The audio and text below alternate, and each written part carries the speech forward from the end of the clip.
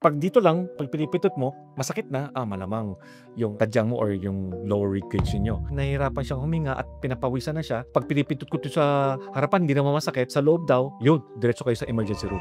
Yung minsan, very sensitive. Kasi hawak tayo na hawak eh. Masakit pa ba? Masakit pa ba? Eh sa kakahawak mo, sasakit lalo. Sa mga viewers po namin, konting reminder lang. Lahat po ng sinashare ni Dr. So dito ay informational lamang, di ba, Doc? Yes. Oo, hindi ito pa yung medical na personalized. Hindi siya equivalent ng nagpakonsulta kayo. So, kung meron ho silang nararamdaman o tingin nila kailangan nila itong gamot na XYZ, kailangan ho magpatingin po kayo sa inyong doktor kasi po sila ang nakakaalam ng inyong medical history at kami nagbibigay ng dagdag kaalaman lamang. Kumusta po mga kababayan? Nandito na naman tayo sa medico.ph and sa episode na to, pag-uusapan natin yung rib pain or pananakit ng tadyang.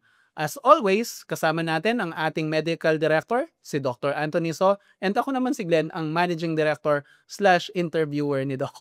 So, Doc, straight to the point, as always, pag nananakit po yung ribs ng tao o yung tadyang, ano po kaya ang ibig sabihin nito? Okay. Ngayon, saan ba yung masakit? Maaring, usually, Doc, yung mga commenter natin, kaya natin ginagawa itong video na to, full transparency lang, may mga nagtatanong sa comments, ang sinasabi nilang ribs parang nasa lower. Ayun, yun. Okay. Ano po kayang ibig sabihin? Okay. Kasi tandaan natin, yung ribs natin, from 1 to 10, nakatikit yon. Okay? Pero 11, 12, nakalutang lang siya. So, medyo yung 11, 12, medyo para sa akin, tinatawag ko parang baby ribs na pag pinindot mo, masakit. Pag ngayon, pag tinignan mo, very tender, masakit. Pero pag nandito siya, ingat lang, baka hindi natin alam kung baka may bato sa abdo or baka namamaga yung liver ninyo. Ito po yung gallstone, no? Gallstone na nasa sa baba ng atay. So, maaring hindi po yung ribs talaga nananakit, yung Yes. internal organ. Yes. Okay. So, para malalaman, pag dito lang, superficial lang, pag pinipitot mo, masakit na, malamang yung tadyang mo or yung lower rib cage niyo. Pero pagka dito sa gitna at hihinga ka ng malalim, pag huminga kasi ng malalim, tutulakin ng diaphragm mo pababa yung liver nyo, saka sasakit, malamang bato sa abdo. At ang bato sa abdo, kahit hindi mo ginagalaw, pag kumain ka ng matataba, kukontra kasi yung abdo, sasakit, masakit talaga sobra, colicky ang pain. Sasakit, mawawala, sasakit, mawawala. So, maaaring hindi pa lang yung tadyang yun, internal organs po. Dok, kung nakaramdam ho tayo ng ganon, ano po ang dapat natin gawin? Anong klaseng doktor yung kailangan hanapin? Okay, pagka sa liver or yung gallbladder masakit, gastroenterologist ka agad. Pero pagka sa tadyang naman ho, ordinary doctor, general practitioner, or rehab, or orthopedic doctors. Kung hindi yung internal organ. Pero malalaman pa lang naman kung na-test na, hindi ba, Doc? Oho, or pwede namang yung nasabi natin kanina, pwede mong i-differentiate para mas malaki ang tsansa mo na tama ang doktor na pupuntahan mo at hindi ka na i-re-refer sa ibang doktor pa. Okay. Baka kung ako yun, mahirapan ako. Tingin mo na siguro sa GP. Well, that's just me. Anyway, sa inyo naman, kayo rin talaga yung in charge sa sarili nyong health. Kung sa kanan ho ito, no, Doc? Sa kanan, Tadyang. opo. Kung sa kaliwa, meron bang ibang ibig sabihin? Sa kaliwa, mas konti kasi nandiyan yung spleen natin. Pwede rin pag nagkaproblema yung spleen natin, pero konting gano'n lang, yung rare case lang na nagkakaroon problema, yung mga lumalaki yung spleen dahil sa yung mga blood na, mga sickle cell blood na yung itsura ng red blood cell natin hindi pantay kaya natatago dito sa spleen at lumalaking spleen natin. Yun, meron ring ganong case. So, would you say, Doc, na mas marami sa mga na-experience na rib pain ng mga tao, hindi talaga yung ribs, more on internal organs or hindi naman? Mas marami sa tingin ko yung sa labas lang. Kasi dito kasi ang purpose ng rib is to protect the internal organs. So ngayon, pag natutulog ka o naipit ka lang, masakit ka agad yung ribs or nag-jijip ka or what, tatamaan lang, masakit ka agad. So usually sa rib cage ang tinatamaan. Okay. So, Doc, in case na nagpatingin ako and fortunately, hindi naman yung internal organs like spleen or yung abdo ko or yung atay ko yung may problema, yung ribs talaga. Ano po ba yung mga usual na nakikita niyong problema ng mga tao? Bakit nananakit to and ano yung mga treatments na nilalapat nyo? Okay, usually pag dito naman, yun, warm compress will do. May mga iba, mas kaya nila mag-cold compress, pwede rin. So pwede tayong mag-warm or cold or alternate. Kahit ano, pwede. Then sa therapy, naglalagay kami ng TENS machine, yung kuryente para mabawasan ang sakit. And some stretching. Some stretching.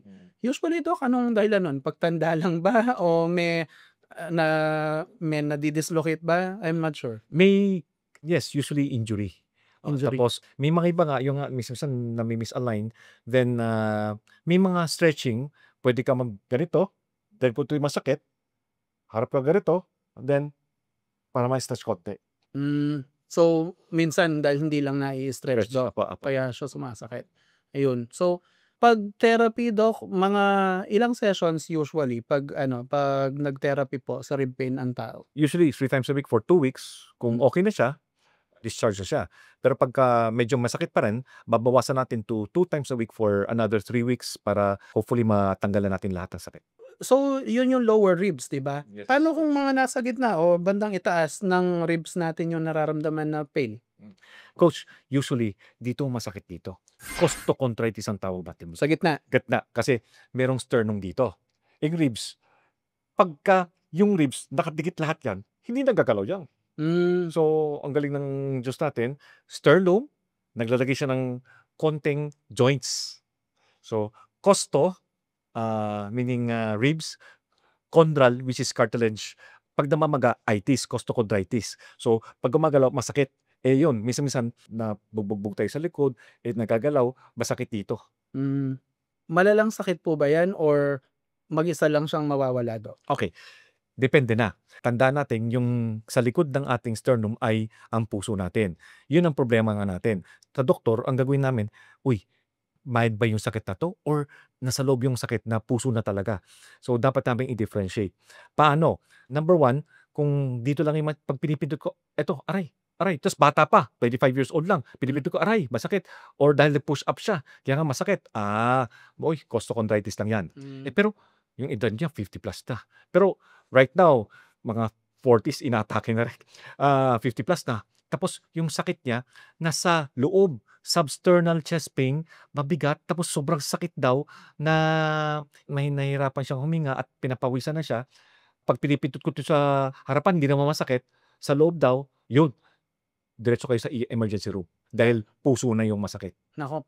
So, yun. Ingat po tayo. So, kung parang mababaw lang, superficial, malamang costochondritis. Yes. Pero, pag parang nasa loob, magpatingin na agad or Yes, sir. ER na agad yung Yes, sir. puntahan. Okay. Sige, watch out po tayo. Siguro, we'll do an episode on heart attack symptoms in the near future para mas ma-educate yung mga kababayan natin kung ano yung mga warning signs Yes, sir. ng medyo delikado sa hindi delikado.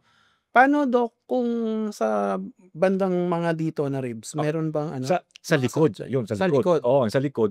Kasi ang nagproprotect naman ng kidneys natin, yung ribcage natin. So, yun, di-differentiate mo kung kidney stone siya or yung ribs natin. Kasi sa likod natin, may connection din yun eh. Para gumalaw tayo eh. Akala natin ribcage or muscles lang, ang pala, kidney stone na. Pero yung kidney stone, sobrang sakit. As in talagang, yung colicky pain niya, talagang tutupi ka sa sakit. Okay.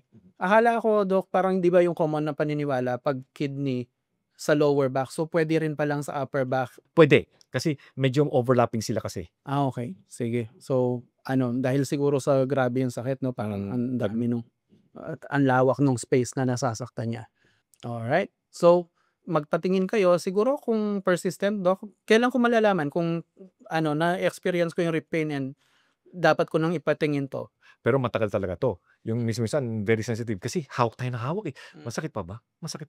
Sa kakahawak mo, sasakit lalo. So, pero pag nagpatingin ka, sinabing rib pain lang yon, ay sana sumakit yan hanggang 100 years old ka.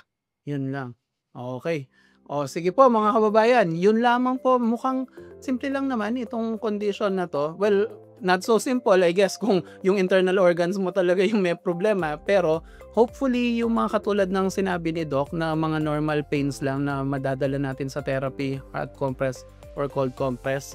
And sana hindi naman yung mga internal organs nyo yung tamaan. Anyway, this has been Glenn of Medico.ph saying goodbye in behalf of my partner, Dr. Anthony So, and see you sa next episode. Bye-bye!